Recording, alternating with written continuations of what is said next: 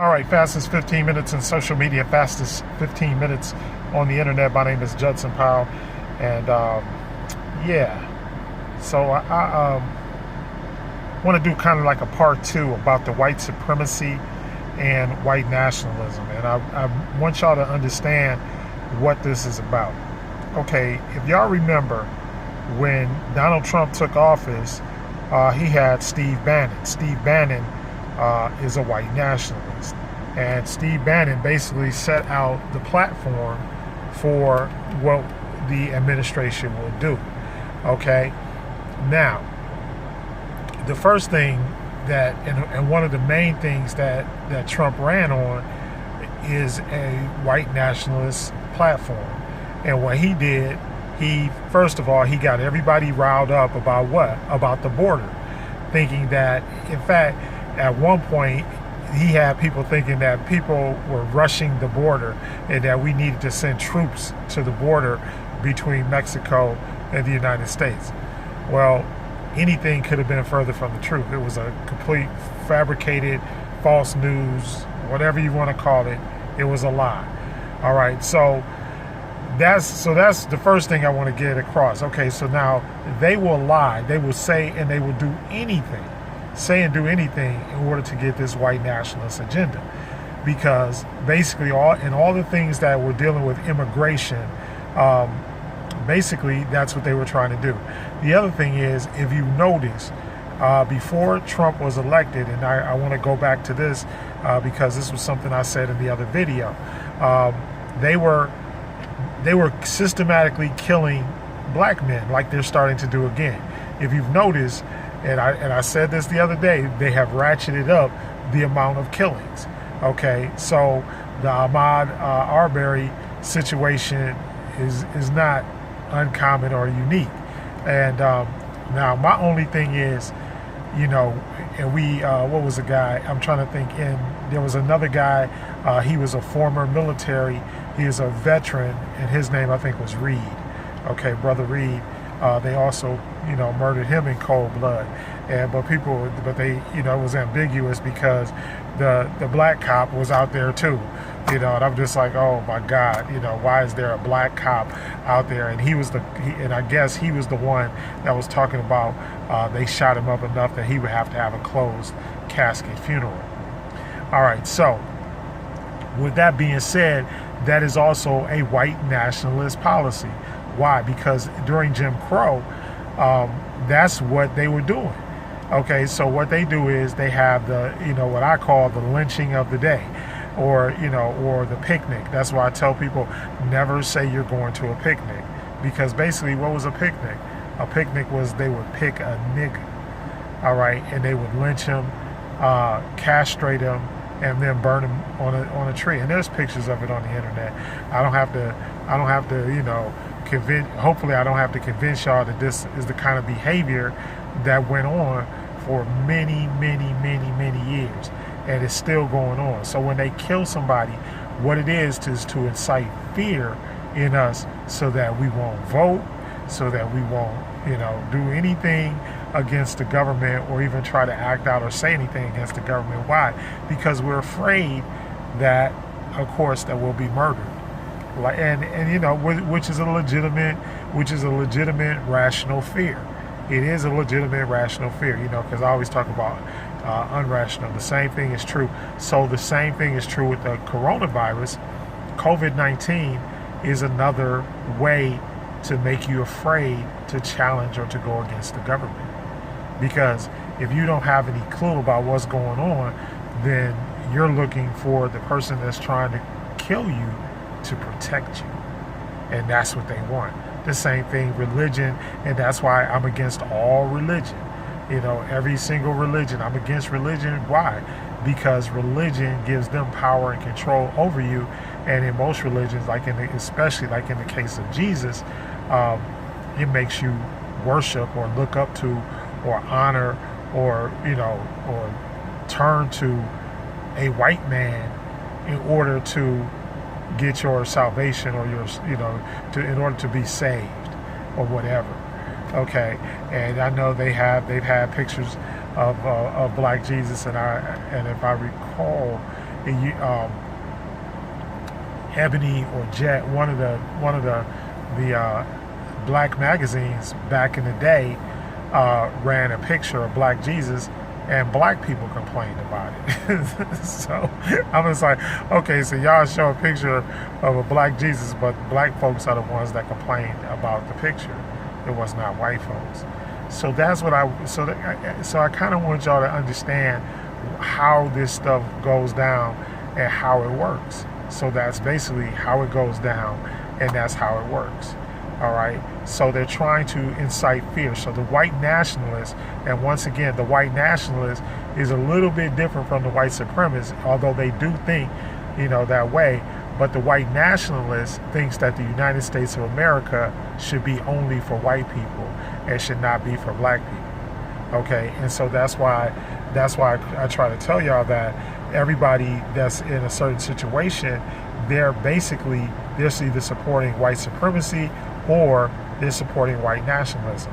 And that's why, when we throw the word coon around and all that, when people support white nationalism or white supremacy, when black people do that, or they're conned into it or they're paid off to do it, and that's what I talk to you about: entertainers, rappers, actors, all of these people who get paid to say things or do things in order so that you will follow them, so that they can take you out, so that they can demote you, so that they can dumb you down, so that they can, and which is the same thing. Just like whenever there's a hearing, this is one thing that I talked about before.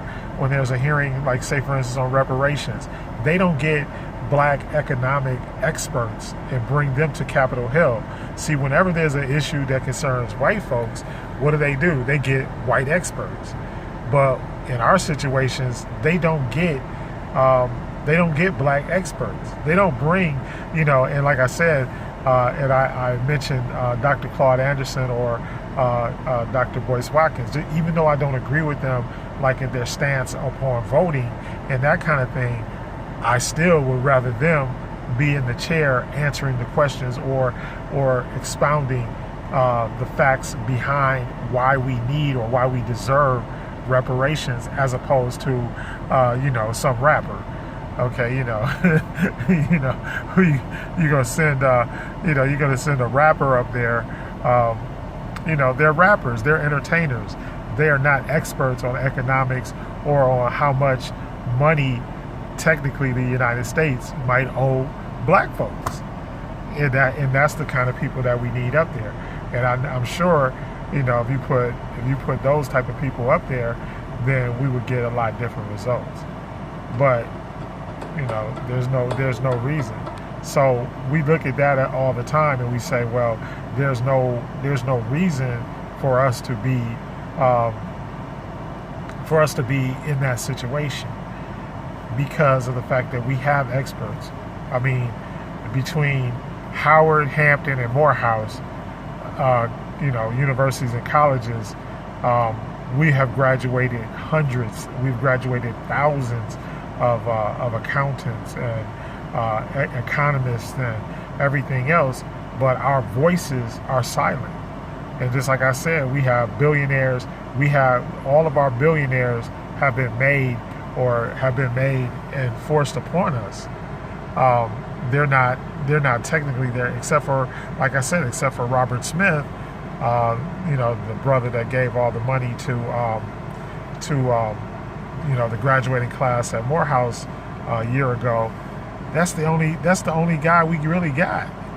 And we have, once again, Bob Johnson, but everybody else has been in the entertainment industry, has been Pied Pipers to lead us down a path.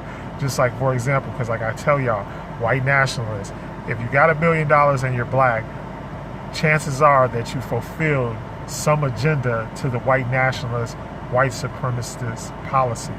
Okay, so for example, they'll fight you. Oh, why are you talking bad about Oprah? Why you gotta say something bad about Oprah? Well, let me explain something to you. During the 80s, Oprah was one of the top voices for breaking up the black family. She was like at the forefront. You don't need a man. You don't have to be with your man. Leave him, girl. Gone Girl. In fact, what was it? In Living Color, they had that character, the girl, and she was, Gone Girl and all that kind of stuff. And we still have those type of influences affecting us now to this day. So you got to understand, and that was part and parcel to white supremacy and to keeping them out front, because it destroyed our families and everything that's ever happened, or even the characters, like when you see Mammy and all the characters portraying, all they do is portray us as the help. They portray us as literally as the help. So we have to understand that those are the things that they're doing. And then the same thing is with rappers or anything else. Glorify the hip hop, the hip hop culture, and I'm not saying I hate any of those guys or nothing like that, but a lot of the hip hop culture glorify gang banging, use and abuse of drugs, use and abuse of women. So there's no way in the world you can succeed with that kind of white nationalist, white supremacist policy. And they were basically black white supremacists, because they did everything that they could in order, because what happened, because people been running around here trying to blame Joe Biden for the crime bill, but I was alive, y'all. And I saw, all the stuff that went on, and I lived in Detroit. I saw all the stuff that went on in our neighborhoods and everything like that. Okay? And I'm sorry, the bottom line is like black people were scared too. Black people wanted the crime bill. I mean, just like a lot of the black mayors, is like Coleman Young in Detroit. Coleman Young in Detroit got elected on being tough on crime. And yet one of his famous things was, if you're going to be a gangster, or you're going to, do harm to our people, then hit 8 Mile Road. He was the originator of hit 8 Mile Road. Why? Because if you're going to harm people in the city of Detroit, then you got to hit 8 Mile Road. And they was locking people up. One with a gun gets you two. That was a Coleman Young thing. If you do a crime and you get caught with a gun, even if you get found not guilty or whatever the crime was, if you had the gun and they could prove that they had the gun on you, you went to jail. So that's what I'm trying to say. Joe Biden was just basically doing what people asked him to do. And everybody else who was back there. Now, there were some things that were in some of the crime bills that I didn't, that we didn't really 100% agree with. I didn't think the 3 strikes or the fact that if you got convicted of a felony, you could never get, financial aid to go to school. I thought those were things that should have been left out. But at the same time, there was no concerted effort by anybody except maybe Ronald Reagan and his administration to really lock people up like that. It was just that people were afraid. And of course, we know that Ronald Reagan put crack cocaine on the streets. So yeah, it wasn't 100% our fault, but at the same time, we were coerced into being drug lords in the neighborhood. I mean, that's the bottom line. And then you can go on to all kinds of different stuff. There was a lot of stuff that happened, in order. And then even before that, let's just break it down. In the generation before that, black exploitation movies, and I love, my son will tell you, I love some black exploitation movies, but the bottom line is they were designed to take us out the game. Pimps, pushers, players, hustlers, all of that stuff came from the black exploitation film era.